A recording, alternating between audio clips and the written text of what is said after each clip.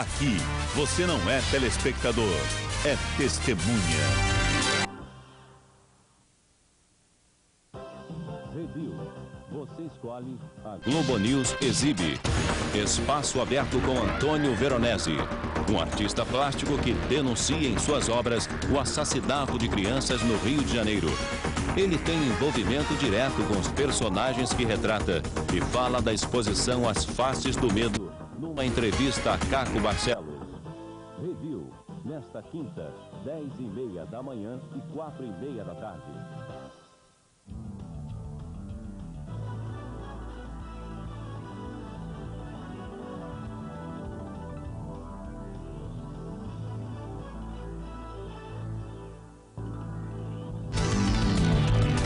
Quarta-feira, 27 de outubro, você vai ver nesta edição do Em Cima da Hora. A Polícia Federal prende 7 pessoas durante a maior apreensão de cocaína já feita no estado do Pará. A empresa americana AES vence o leilão de privatização da CESP Tietê na Bolsa de Valores de São Paulo.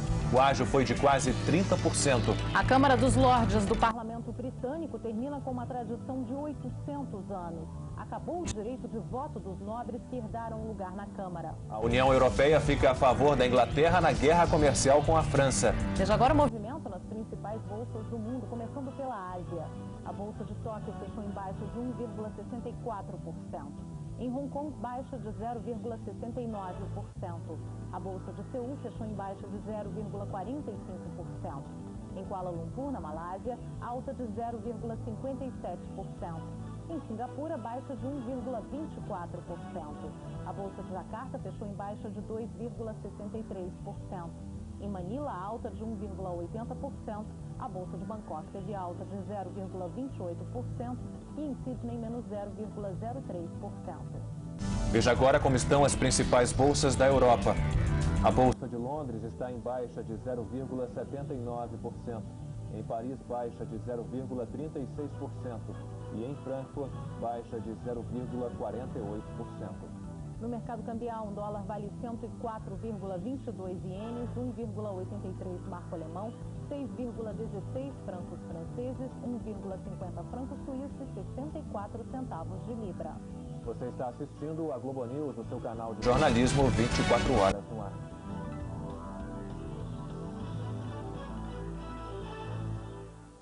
Descoberta no Pará uma importante rota do tráfico de drogas. A Polícia Federal fez a maior apreensão de cocaína da história do estado. 7 pessoas foram presas. Era para a fazenda Vale do Gorgulho, em Redenção, no sul do Pará, que os traficantes levavam os carregamentos de cocaína. Depois de investigar o local por quase um mês, os policiais não tiveram mais dúvidas e prenderam os 4 traficantes em flagrante quando descarregavam a droga no aeroporto improvisado, no meio da mata. Junto com eles, a Polícia Federal apreendeu 780 quilos de cocaína, a maior apreensão já registrada no Pará. A polícia acredita que a fazenda de Redenção servia de escala para o tráfico internacional. A cocaína que vem da Colômbia era guardada no Pará e depois distribuída para os grandes centros na Europa e Estados Unidos. Os traficantes foram transferidos para Marabá, onde prestam depoimento no batalhão da PM. Mais 3 homens foram presos, suspeitos de ligação com essa quadrilha. Eles estavam no município de Santa Isabel do Pará, a 40 quilômetros de Belém, e devem ser transferidos ainda hoje para Marabá. De Belém, Marcelo Dantas para o Em Cima da Hora. 2 dias depois da rebelião que deixou 4 menores mortos, a situação no complexo da FEBEM Imigrantes em São Paulo é delicada. A tropa de choque ainda está em alerta para evitar novos confrontos. O repórter Silvestre Serrano está na porta da FEBEM e tem as últimas informações. A Promotoria da Infância e da Juventude acaba de realizar uma rápida visita no complexo Imigrantes, na zona sul de São Paulo. E a situação ainda é delicada, porque muitos menores estão acomodados de uma forma bastante improvisada. Qual é a situação lá dentro? Nós temos aproximadamente 700 adolescentes divididos em 3 casas. Em uma delas, de 300 metros quadrados, nós temos 350 adolescentes. Inclusive, esses adolescentes estão fazendo as suas necessidades fisiológicas, ou seja, estão urinando nas garrafas. O senhor teme uma nova rebelião? A qualquer momento pode haver um grande levante aqui no Complexo Imigrantes, até porque esses adolescentes estão ociosos, sem nenhum tipo de atividades. Mesmo com a tropa de choque ao redor destas unidades que sobraram? Mesmo com a tropa de choque cercando a unidade, até porque são adolescentes, autores de atos infracionais graves, com um desvio de comportamento acentuado e que são, às vezes, inconsequentes. Você conseguiu fazer os retratos falados dos 2 homens que mataram um delegado de polícia na zona leste de São Paulo. O delegado Jefferson Gottfried Handmer foi assassinado quando estacionava o carro. Os retratos falados dos criminosos já foram divulgados. Um dos ladrões é branco, aparenta 18 anos e tem cabelos escuros. O outro é negro, tem aproximadamente 22 anos e pesa 80 quilos. Um terreno na zona rural foi doado pela Prefeitura de Araraquara, região central de São Paulo, para a construção de uma FEBEM. Esta unidade abrigaria 72 menores. A população da cidade deixou de apoiar a ideia depois de acompanhar a rebelião do fim de semana. 2 delegados e um prefeito foram presos no Maranhão depois do depoimento que prestaram à CPI do narcotráfico. Os delegados acusados de formação de quadrilha no estado deixaram o local algemados e foram levados para a cadeia. Acusados de receptação de cargas roubadas, Alvanir Pacheco, prefeito de Amapá do Maranhão, também saiu algemado. A partir de hoje, não é mais permitida a cobrança de estacionamentos mantidos pela Prefeitura do Rio. Os ex-flanelinhas do sistema de vaga certa e Rio Rotativo estão insatisfeitos. A Prefeitura Carioca informou que vai recorrer. Motoristas de caminhões acusam policiais rodoviários da província de Entre Rio, na Argentina, de corrupção. A região fica a 150 quilômetros da fronteira com o Brasil. Os caminhoneiros brasileiros dizem que só podem passar depois de pagar propina. E quem se recusa a pagar é ameaçado de morte. A esperança dos caminhoneiros é de que o novo presidente argentino acabe com a corrupção. Agiotas permanecem descontando direto na folha de pagamento dos ministérios os empréstimos feitos para funcionários públicos. O serviço de agiotagem é oferecido até em classificados de jornal. As financeiras geralmente são empresas de previdência privada. Morreu hoje no Rio, aos 80 anos, o compositor Paulo Valente Soledade, o Paulinho Soledade, autor de músicas como Estão Voltando as Flores e Grão de Areia. Ele estava internado no Hospital da Aeronáutica desde quarta-feira da semana passada por causa de uma hemorragia intestinal e acabou contraindo uma infecção pulmonar. O dólar comercial é cotado a R$ 1,995 para compra, R$ 1,998 para venda.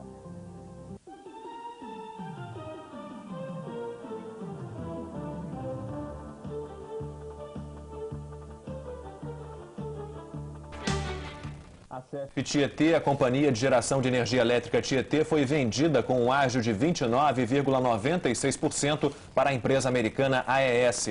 Das 3 empresas habilitadas para o leilão, apenas 2 participaram. Além da AES, a belga Tractebel. O consórcio brasileiro VBC, formado pela Votorantim, Bradesco e Camargo Correia, não apresentou proposta.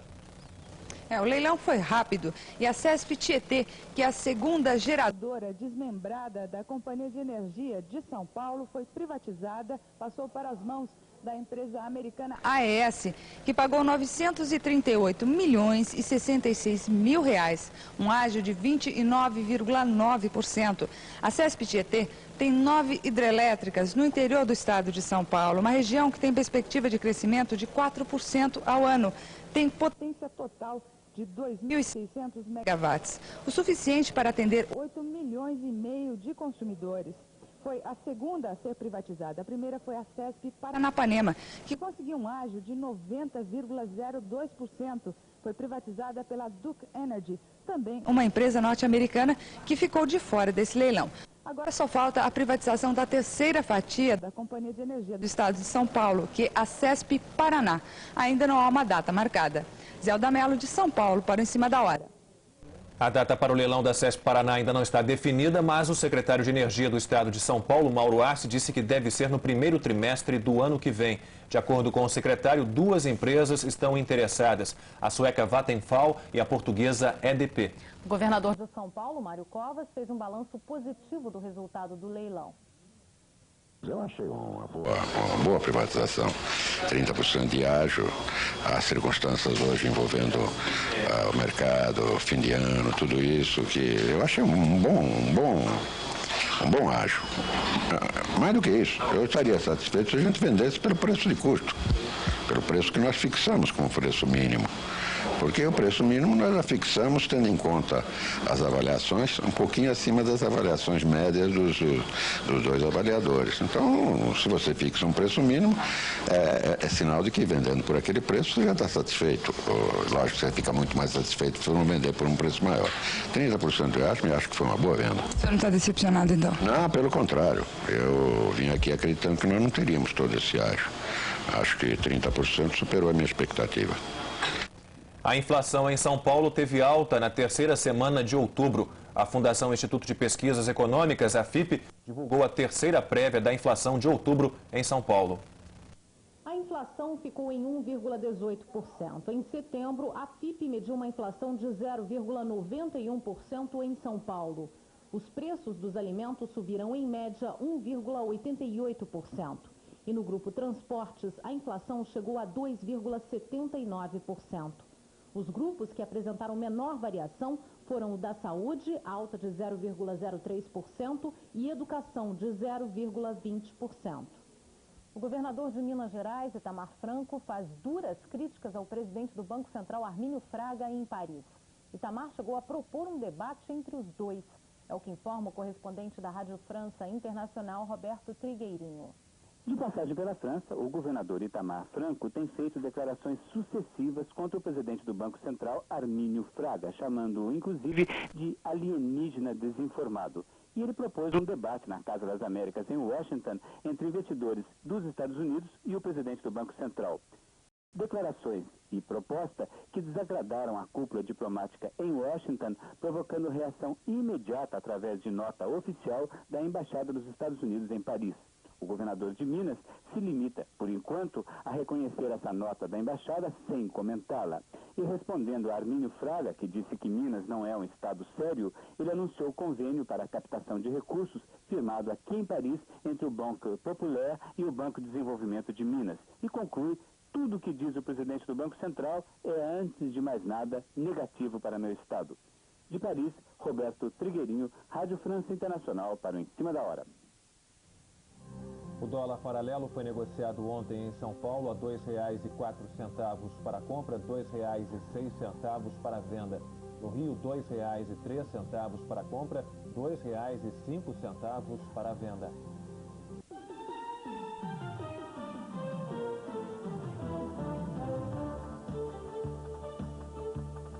Um incêndio num albergue de imigrantes na Alemanha deixa 9 pessoas feridas. A polícia acredita que o incêndio foi criminoso.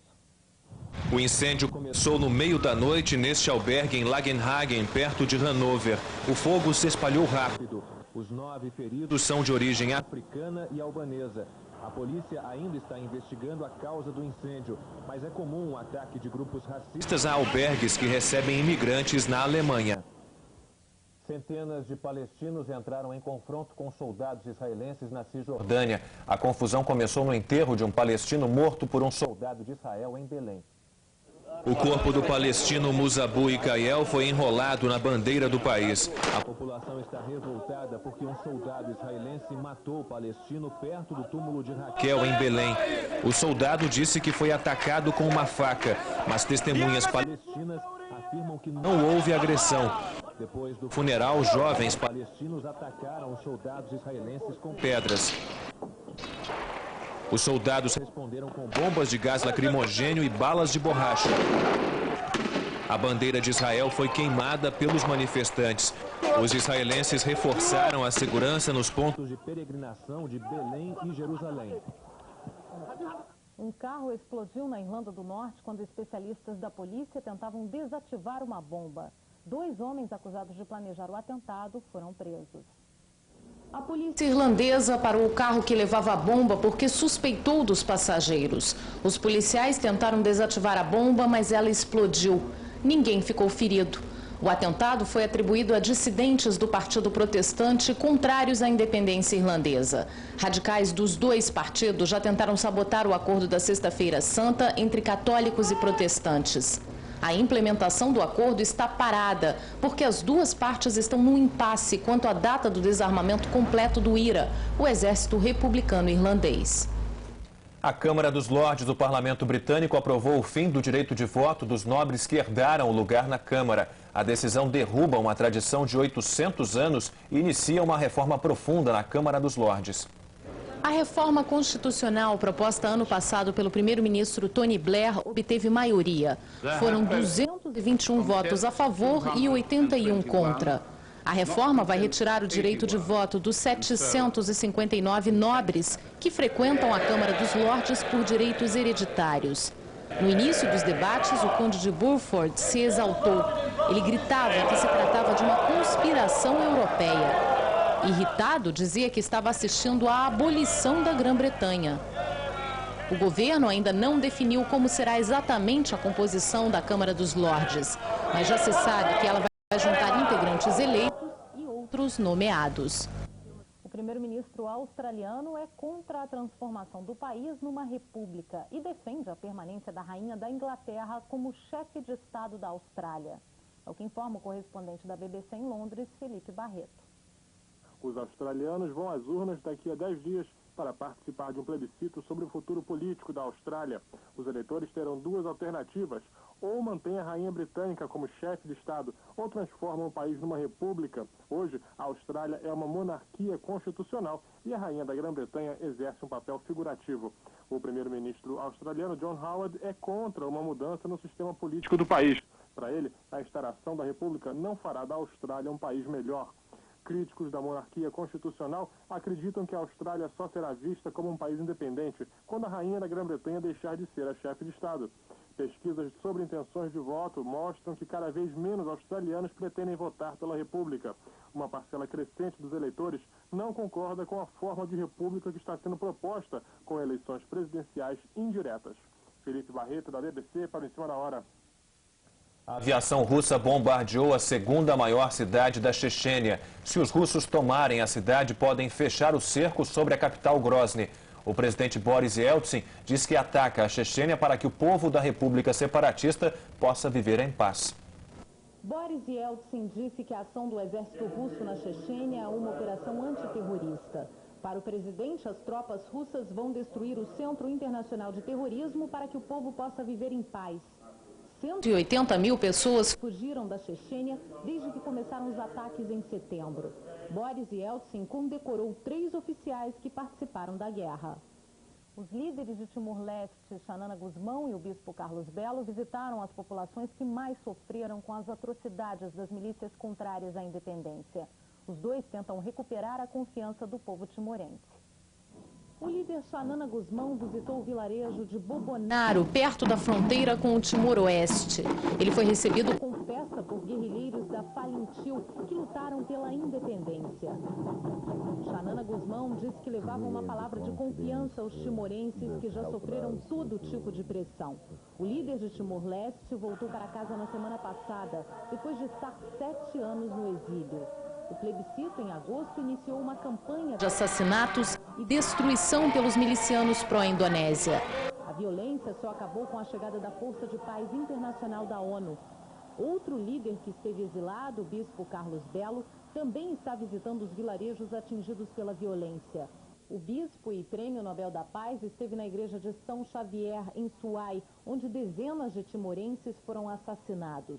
As Nações Unidas estão investigando a chacina. Os moradores fizeram uma recepção calorosa ao bispo. Carlos Belo quer que os refugiados que ainda estão nas montanhas voltem para casa. Eles estão vivendo de forma precária e sofrendo ataques das milícias contrárias à independência. As cadernetas de poupança com aniversário hoje rendem 0,73%.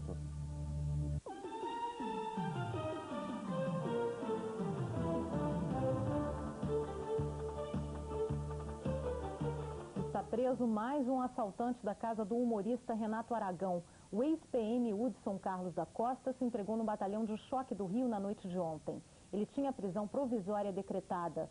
E um outro ex-PM foi preso no sábado. A polícia está tentando localizar os outros integrantes da quadrilha.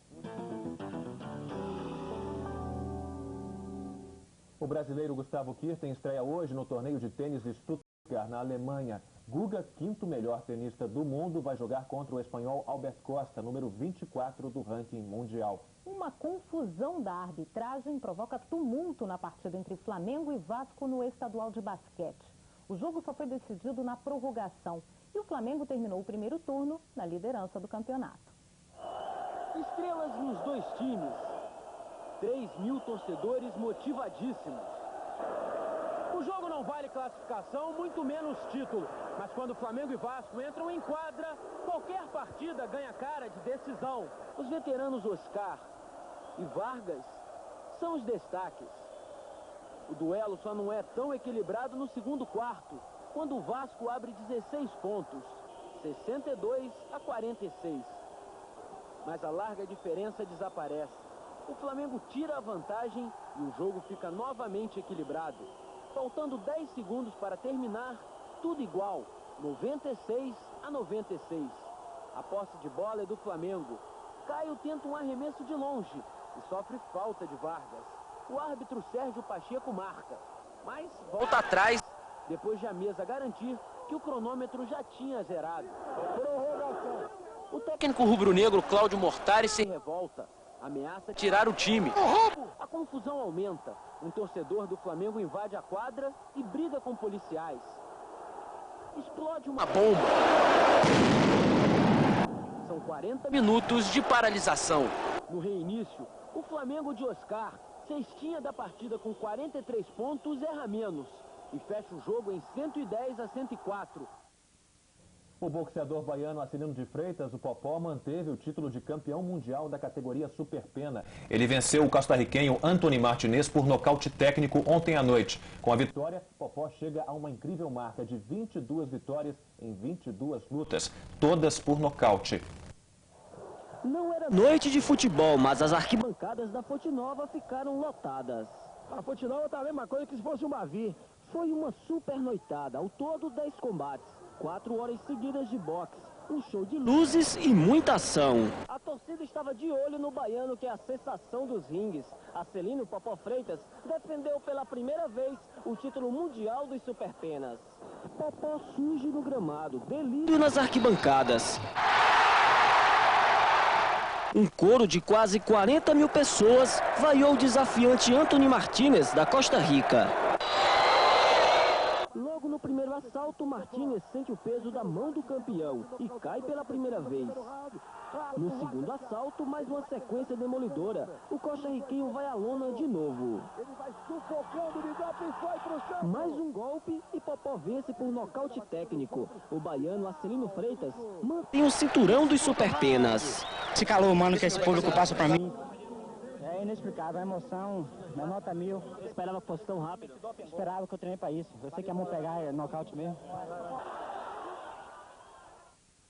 Ciclistas de todo o Brasil se reuniram para percorrer quase 400 quilômetros pela região sudeste de Goiás. A largada do comboio foi em Goiânia. 40 dos principais ciclistas do país pedalaram 2 dias debaixo de um sol forte. 338 quilômetros de suor derramado na região sudeste de Goiás, com muitas subidas. Não foi uma competição, e sim mais uma forma de mostrar a beleza do esporte e seus talentos. No grupo, um exemplo de esforço e dedicação. Cláudio Aparecido teve parte da perna esquerda amputada por causa de um acidente há 7 anos. Com uma prótese e pedalando, vai superando desafios. Eu me considero, sim, um exemplo de superação. Não só para mim também, para vários outros deficientes que estão aí lutando para conseguir uma vaguinha como eu consegui, que isso para mim é um sonho e estou realizando. O atleta mais velho do comboio não é o mais experiente. O seu Isidoro Bernardes, de 60 anos, está completando a 3ª temporada no ciclismo. Quero viver mais 60 dessa maneira. Os ciclistas passaram por 10 cidades e nas paradas, malabarismo sobre 2 rodas, manobras radicais do ciclista Cristiano Martins. A chegada do comboio foi na cidade de Três Anjos, na divisa com Minas Gerais. Mesmo não sendo uma competição, foi uma prova de resistência. Todos terminaram.